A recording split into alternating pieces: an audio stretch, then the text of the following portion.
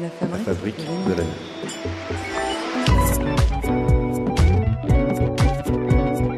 Je découpe les journaux pour bien me souvenir des événements. Et je pique ça sur le mur avec mon idéal féminin. Alors, cette semaine, l'événement, le tremblement de terre, le choc qui a déchaîné la twittosphère, vous avez certainement pas pu passer à côté, hein. C'est le soutien de Collomb de Macron.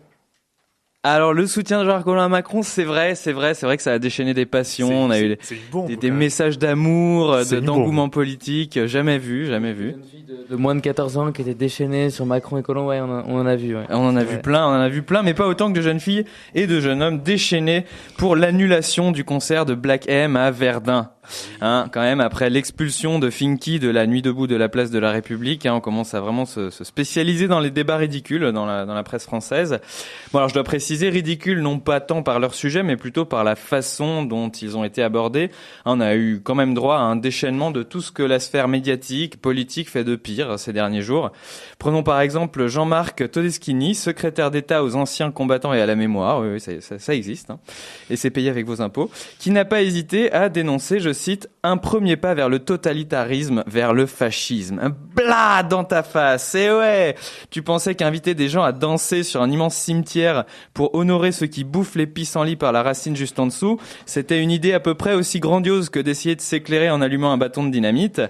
Eh ben bingo, tu te retrouves assiégé à côté d'Hitler et de Mussolini. Voilà, c'est ce qu'on appelle le sens de la nuance. Sens de la nuance d'ailleurs que la mairie PS de Verdun ne semble pas complètement maîtriser non plus, qui a évoqué un déferlement de haine et de racisme pour justifier l'annulation du concert sous prétexte que cela aurait pu causer des troubles à l'ordre public. Bon, après tout, on le comprend, le Front National a qualifié le concert de crachat contre un monument aux morts. Oh là là, la punchline qui pue la haine, c'est dégueulasse, j'ai la nausée. Et Hervé Mariton qui en rajoute, le contenu des chansons de Black M le discrédite pour commémorer le sacrifice de nos ancêtres à Verdun. Vous entendez ça? Le discrédite, tout ça parce qu'il s'appelle Alpha Diallo. On se permet de l'insulter, d'en faire un paillasson de notre haine, vorace, raciste. Mais quel pays de raciste, putain, ça donne envie de se barrer, c'est pas possible.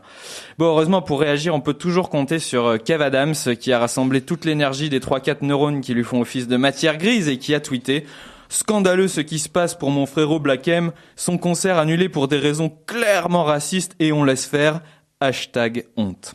#honte pour toi, Kev, quand on sait pas écrire 160 caractères sans faire 2 fautes d'orthographe, on retourne au CM2 et on laisse les gens compétents travailler, merci. Allez, si, pour être honnête, quand même, je dois reconnaître qu'il y en a eu un, au moins, qui a été assez puissant dans le racisme, qui mériterait bien une petite place dans le grand concours international de la fils de puterie. Je veux parler d'Henri de Lesquen, c'est une sorte de nationaliste ultra-libéral, et qui a fêté une, je cite, victoire du camp patriote contre la musique nègre. Non, mais rigolez pas, ce type a présenté sa candidature à la présidentielle de 2017. Bon, peut-être que c'est pas forcément notre prochain président non plus, peut-être éviter de paniquer, mais bon. Non, ce qui est hallucinant dans tout ça, c'est quand même de voir une gauche soi-disant antiraciste et qui a tellement cédé aux sirènes des politiques de l'identité que c'est elle qui en deviendrait raciste ou au moins racialiste. Car que disent la plupart des politiques qui sont opposés à la venue du petit Mozart du rap? Que les paroles de ces anciennes chansons, une où ils traitent les homos de pédés, ou encore celle où ils critiquent la France comme un pays de mécréants, n'en font pas un artiste légitime à honorer une bataille qui a vu des centaines de milliers de soldats morts pour défendre la France.